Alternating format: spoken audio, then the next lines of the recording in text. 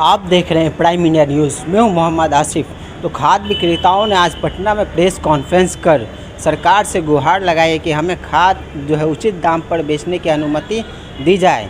जहां तक कि सरकार ने इनके ऊपर जो है बेचने की जो रेट है वो तय कर चुके हैं, लेकिन इनके साथ जो परेशानियां आ रही हैं वो जो होलसेलर से ख़रीद कर ला रहे हैं उसमें कहीं ना कहीं लोगों को जो है प्रॉब्लम आ रहा है। और इसको लेकर के क्या कुछ इन्होंने गुहार लगाया है सरकार से, ये आप देखें।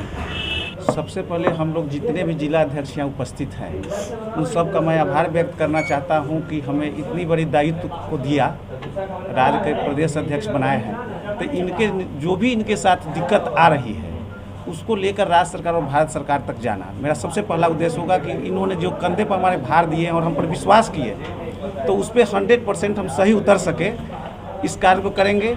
सबसे पहले सरकार की जो दोहन नीति हम लोग के प्रति चल रही है कि बेचने का रेट तय कर दिया है, खरीदने का रेट कहीं भी तय नहीं किया गया है। तो सरकार से सबसे पहला मांग मेरा यही है कि जब बेचने का रेट हमारा निर्धारित है तो खरीदने का भी रेट हमारा निर्धारित कर दिया जाए। कोर्ट में भी जा रहे हैं। हाँ, कोर्ट में याचिका हम ऑलरेडी दायर कर चुके हैं। अगर हाई कोर्ट से नहीं होगा तो सुप्रीम कोर्ट तक जाना पड़ेगा, हम लोग जाएंगे। लेकिन इस लड़ाई को हम लोग जब तक नहीं छोड़ेंगे तब तक कि निर्णय हमारा नहीं निकल जाता। जी सरकार से बात करने की कोशिश की, लेकिन सरकार हर बार आश्वासन कहीं भी कुछ हो नहीं रहा है।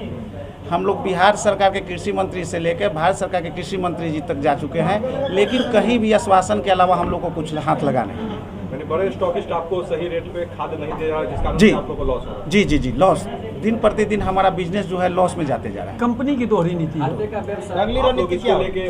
जी अगली रणनीति आज तो हमारे सबसे पहले हम लोग जिला में अपना गठन किए थे। जिला के बाद राज्य में हमारा कमेटी बन गया है, जिसका सब लोगों ने हमें प्रदेश अध्यक्ष बनाया है।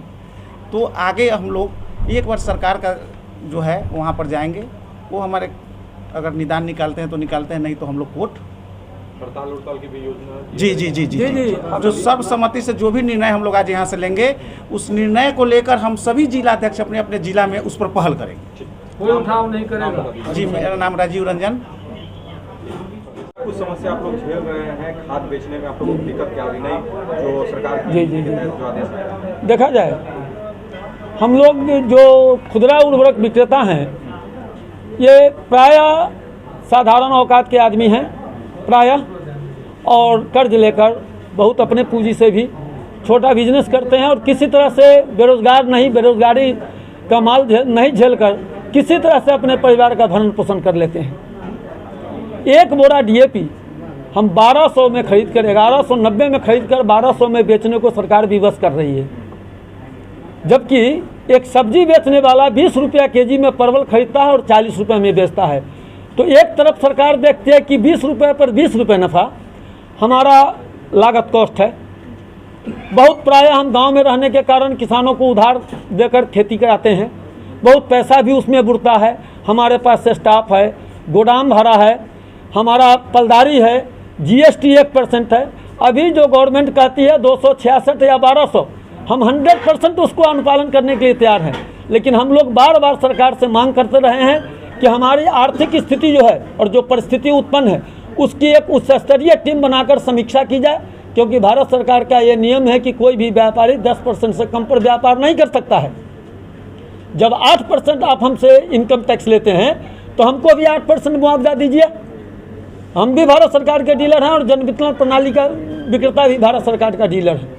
परसेंटेज तो सरकार की तरफ से तय किया गया, दिक्कत कहाँ पे है? जी दिक्कत है या नहीं? अभी हमको 258 रुपये में यूरिया मिल रहा है एफओआर में, कहीं 260 रुपये में भी दे रहा है, 266-50 में ये लोग कहता है बेचने के लिए। अब देख लिया जाए कि 258 में यूरिया हमको मिला तो 3 रुपया हो गया पलदारी उतराई और 3 रुपया हो गया 1% से जीएसटी, तो 64 रुपया हो गया। उसके बाद मेरा मजदूरी हुआ, मेरे पूंजी का कॉस्ट हुआ, बैंक का लोन है, गोदाम भाड़ा है, स्टाफ है।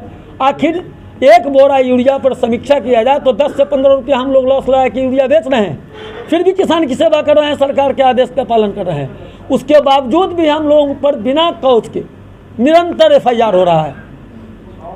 जांच के नाम पर पदाधिकारी सरेआम लूट कर रहे हैं, हम लोग का शोषण कर रहे हैं। आप लोग की तरफ से खाद बेचने का तय कीमत कर दिया गया? क्या बड़े जो स्टॉकिस्ट है उन पर ये नियम लागू किया गया कि आप लोग एक निर्धारित? जी नहीं, कंपनी पर तो कोई बाइंडेड नहीं है ना, होलसेलर पर तो कुछ है भी, कंपनी पर तो कोई बाइंडेड नहीं है कि जो मन करता है वो करता है। केवल जो भी नियम कानून लागू है केवल हम खुदरा उर्वरक विक्रेता पर। राज्य सरकार से मांग करेंगे कि उन्हें भी जो सीमा है पैसे की उसमें उन्हें बांधा जाए। जी 10%। जी हम उसमें मांग किया है, हम मांग भारत सरकार से भी किए हैं, हम इनसे भी किए हैं।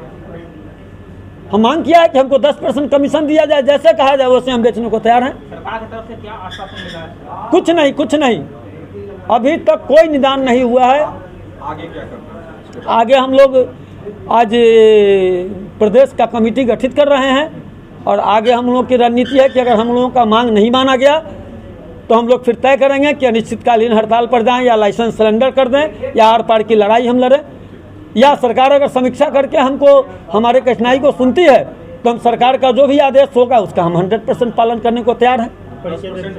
जी मेरा नाम सुधांशु नारायण है, मैं जिला अध्यक्ष खुदरा उर्वरक समिति के मुजफ्फरपुर का जिला अध्यक्ष हूँ, साथ ही तिरहुत प्रमंडल का भी अध्यक्ष हूँ। तो ये कुछ इनकी मांग है जिसे लेकर के ये लोग आज पटना में प्रेस वार्ता किया। और इसके साथ ही आपको यह वीडियो कैसा लगा कमेंट करके ज़रूर बताएं और हमारे चैनल के साथ जुड़े रहें। बहुत बहुत धन्यवाद।